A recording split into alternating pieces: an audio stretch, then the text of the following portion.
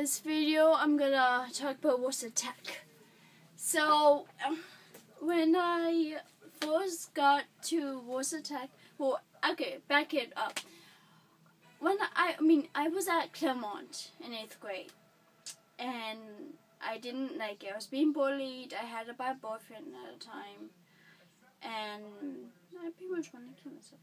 But I found out about Worcester Tech, and I went on a tour around the building, and I just fell in love with the place.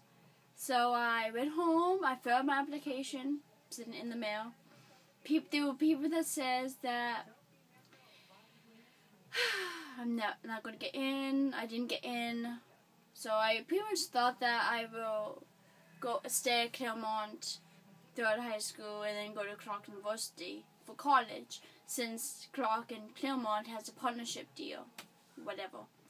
But then I found out that I did go into Claremont, and I found out that I did go into Worcester Tech, and when I got that acceptance letter, I was so happy that my first choice was early childhood, and I got into Jumpstart, so I got my locker combination. I know my locker is, my schedule, everything, and I had a good week. And then I started going to Worcester Tech, and I keep going back home, and I keep saying, I love Worcester Tech. I always keep saying that every day. I started doing Best Buddies, newspaper, knitting, drama club, of course. I'm still doing drama club. Yay! Of course, I tried to go do Orange Child. For some reason, they didn't like me, and I ended up going to environmental instead. And I'm not ashamed that I'm environmental. I'm glad I am, because I was able to get together with Said, and that makes me so happy that I did that.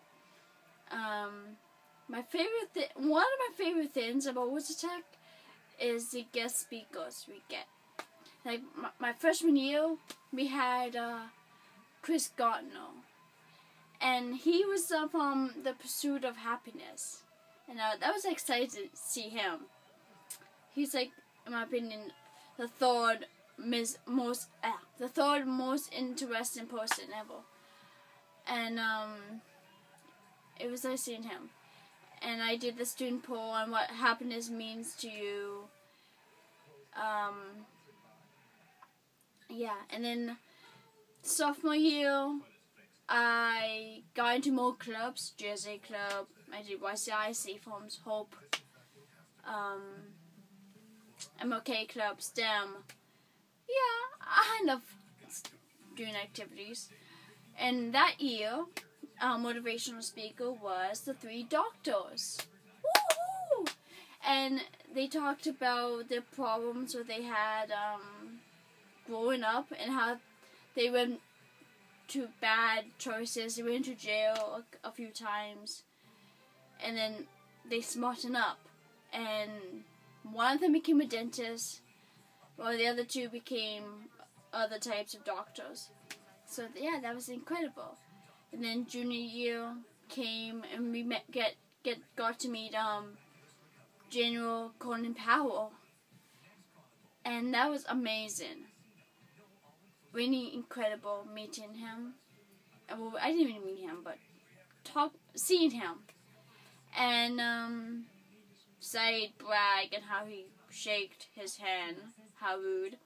That year we also got the Blue Ribbon Award. So that's when we got on the bus that says Worcester Technical High School 2013 Blue Ribbon Award. So that's amazing. Go Worcester Tech! That same year, at the senior graduation, everybody was invited to that because President Barack Obama came to speak to our school. And I thought that was, wow, just incredible. He's like one of my favorite presidents. And I was stunned that the President of the United States came to my school and talk. I wish I was a senior back then. I mean, it'd be nice to hug him. And some of the girls did hug him. How rude.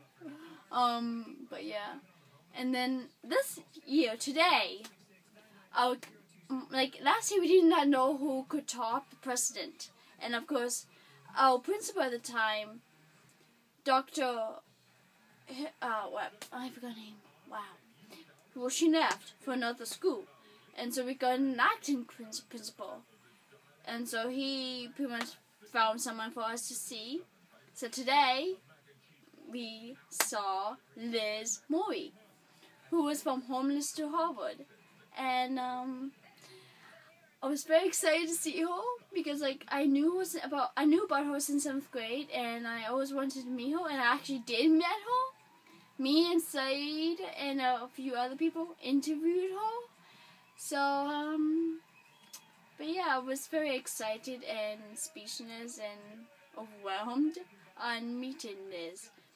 When she was growing up, she had a hard time at home because her parents was on drugs. Her mom wasn't just on drugs, but she was also legally blind and had schizophrenia. So pretty much Liz and her sister had to take care of their mom. And Liz became a troublemaker because everybody thought that she's a troublemaker, she's not going to school. So they put her into the system at the age of 13, and she went to a group home.